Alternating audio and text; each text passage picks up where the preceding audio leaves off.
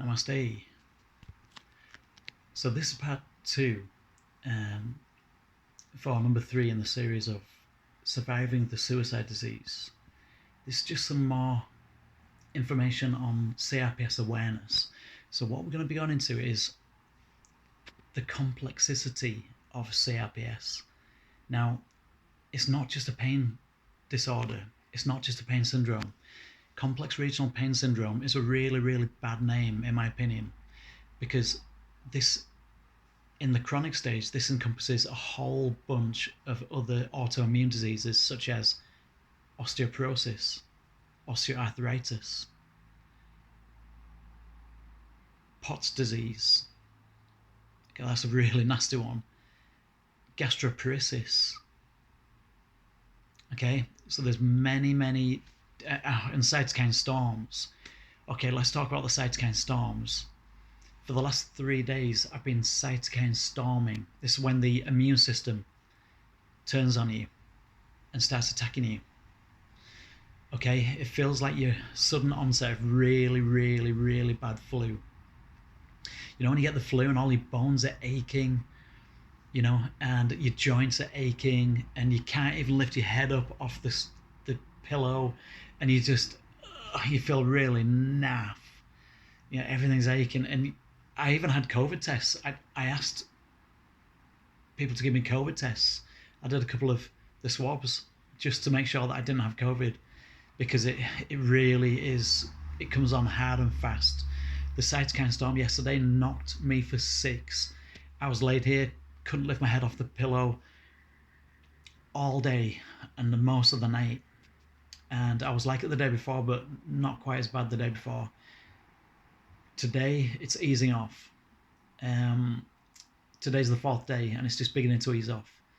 But it just feels like you've got really bad flu, but it comes on really fast. Really surprises you, like how fast this comes on. And you're sneezing, your head's pounding, you know, your bones are aching, you're cold and then hot, and then cold and then hot. It knocks the shit out of you. To put it bluntly, it ain't pretty, ain't nice. And then it gives you something called sudden onset osteoporosis, which is all your joints. I've noticed that over the past few months, my elbows and knees and everything started aching, especially on first thing on the morning and last thing at night. It makes you feel really old before your time, you know. That's another secondary disease that is caused by CRPS. Another one is gastroparesis.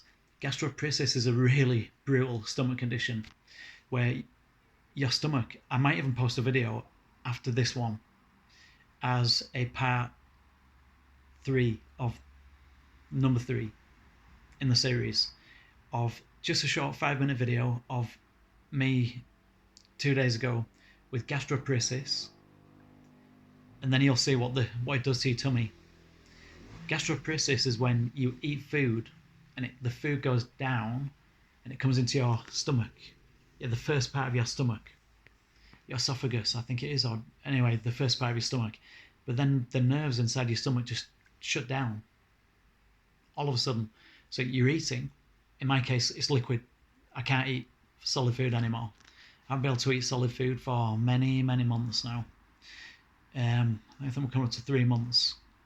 So I'm on this liquid meal replacement. I'm on Fortisip to give me the calories, and then I'm on something called Huel, Huel, and it's a full meal replacement drink. It's a really tasty milkshake, and I drink 3 of those a day, sometimes 4, if the gastroparesis isn't that bad. But what happens is, even with the liquids, it's much worse with solid food, but even with the liquid, when the liquid goes down, it hits my stomach, and sometimes my stomach will just switch off.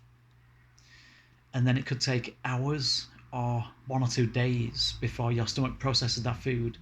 And it also affects the bowels. Your bowels can just switch off. And your bladder, the nerves that give you that urge to go for a urination, just switches off.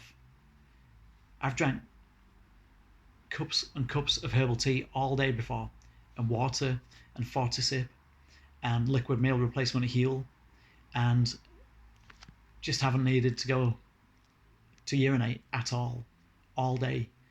And then it gets to the nighttime, and my bladder is like really bulging out, and eventually I go to the toilet, and then I'm just urinating and I can't stop. Then other times you lose control of your bladder. That's annoying. You can also lose control of your bowels as well because it affects the nerves. You see, CRPS affects the nerves. Now, the nerves also control your heart, don't forget. The nerves control the pumping of the heart, okay? Now, this can give you something called arrhythmia. And indeed, I have got lots and lots of signs of arrhythmia. My heart will just stop. Only for a few seconds, but it's scary, bloody scary when it happens. The longest it's been is 1.5 minutes, almost 2 minutes. And that's happened a few times. It's quite rare. It's happened only a few times over a couple of years, thank God. But I had a near-death experience the last time it happened when my mum was speaking to me. And my heart just suddenly stopped. Only for like 1.5 minutes that time, but you feel the blood just stopping in your body and everything just stops working. Your hearing starts going down. Your eyesight starts diminishing. All your non-essential bodily systems start closing down. It's crazy. And then thank God my heart started beating again with a big bang. Ba-bum, ba-bum, ba-bum. And then it's gradually got its rhythm back. It's called arrhythmia. CRPS, another secondary disease with CRPS is called POTS disease. P-O-T-S. And I always forget the pronunciation of it. You can Google it, but it's POTS disease. That can give you some really nasty symptoms as well. I do actually have a few of the POTS symptoms as well, but all of this is still being investigated. And it's all just part of CRPS when it comes down to it. It also gives you hypersensitivity of your skin. So your skin can all of a sudden be really hypersensitive. So the tiniest little touch feels like someone's scraping a razor blade down your face or down your leg, or like your hands can get really ultra sensitive. The bed sheets can suddenly feel like really coarse sandpaper in the middle of the night, lasting 2 or 3 hours, and then it can just go away. And then neuralgia is a really bad one. Neuralgia is a burning pain. They used to call it causalgia. Causalgia is the original name for CRPS RSD. It was named causalgia back in the 1800s, the very early 1800s, during the Musket Wars. And this is when predominantly CRPS was documented as causalgia. And they noticed that just 1 in 35,000 people who would get wounded with a musket ball bearing, like a red hot ball bearing gun penetrating through their body, they would get this burning pain that was far worse than the original shooting injury. And they would call it causalgia, which means Latin for burning or to burn. And I can tell you, it does feel like you're on fire. I describe it as somebody's poured petrol on you and then lit a match. It feels like you're burning. It feels like your skin's burning and your body's burning.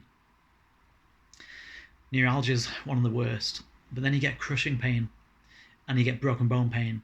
And that can get really, really bad. The crushing pain is what reaches the 10 out of 10 for me, along with the neuralgia.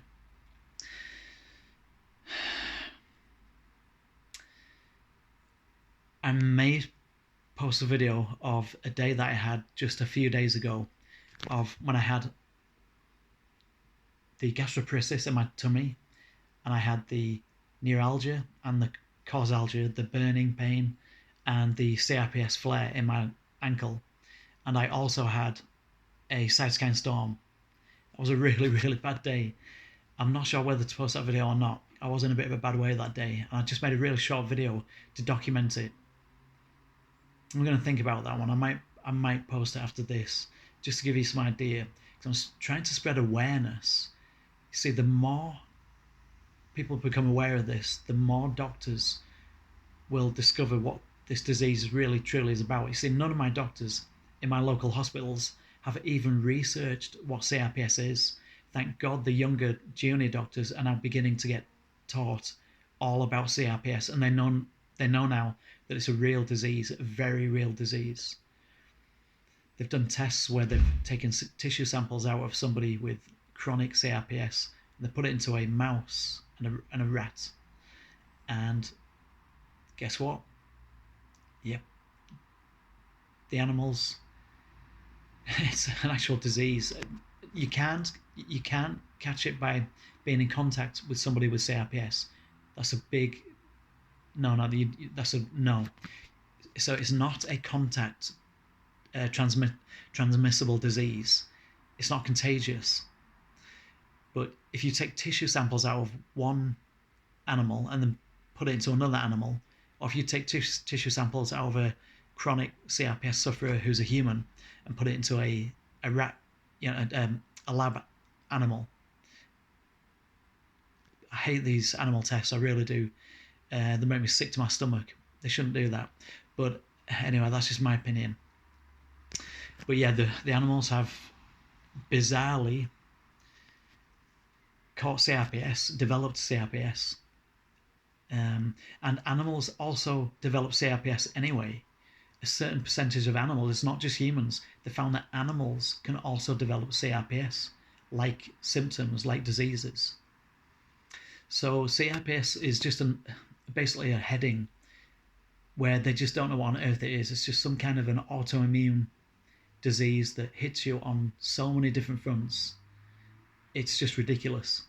It hits you internally, so it affects your internal organs as well as your external bodily frame. It affects your bones, your joints, your vascular system, your nerve system, your immune system. It affects your skin. It affects your nails. It mutates your nails on the affected limbs. It spreads from limb to limb and body part to body part. It spreads from organ to organ. And they have no idea how to cure this disease. They're working on a couple of potential treatments, but they haven't found a cure because it's autoimmune. So it's like your body's doing this to itself, and they don't know how to close that off, not without suppressing the immune system, which is that goes down all kinds of, that comes with big risk in itself, and that's pumping more chemicals into you. And another thing with CRPS, they say don't get any surgeries unless it's life or death, and even then, really consider it. I'm considering getting a form filled out, a certificate, which basically says do not resuscitate and do not attempt surgery under any circumstances, not even an emergency, because I've been told by many specialists and ankle surgeons who have dealt with many CRPS sufferers that when they have done surgeries on a CRPS patient, it's made their CRPS far, far worse. I'm already in the chronic stage. I don't need anything to make this worse. I need to manifest a healing. That's what I'm working on now, visualization techniques, and I'm going to be teaching this. And I'm going to be working on this myself, and we're going to be learning this together. Now, it's going to take a lot, because when you're in continuous pain and suffering and debilitation, you're continuously reminded of the disease, the dis-ease that you have. So this is going to take a lot of focus and a lot of dedication. I'm using hypnosis, and I'm using guided meditations, and I'm using this all through the day and night, listening to hypnotic suggestions to trick my immune system and my subconscious mind into reversing the damage that is being caused by my autoimmune disease. Okay, so I think that's probably about enough for now. That's a lot of information for you to take in. I may post the video in part 3 of this particular CRPS awareness video. Again, it's quite graphic. It shows a very, very swollen stomach and a very poorly looking leg. But it's going to raise awareness, and it might be an idea if I post it. I'll think about this one. And for now, I shall say namaste to each and every one of you. Take care for now.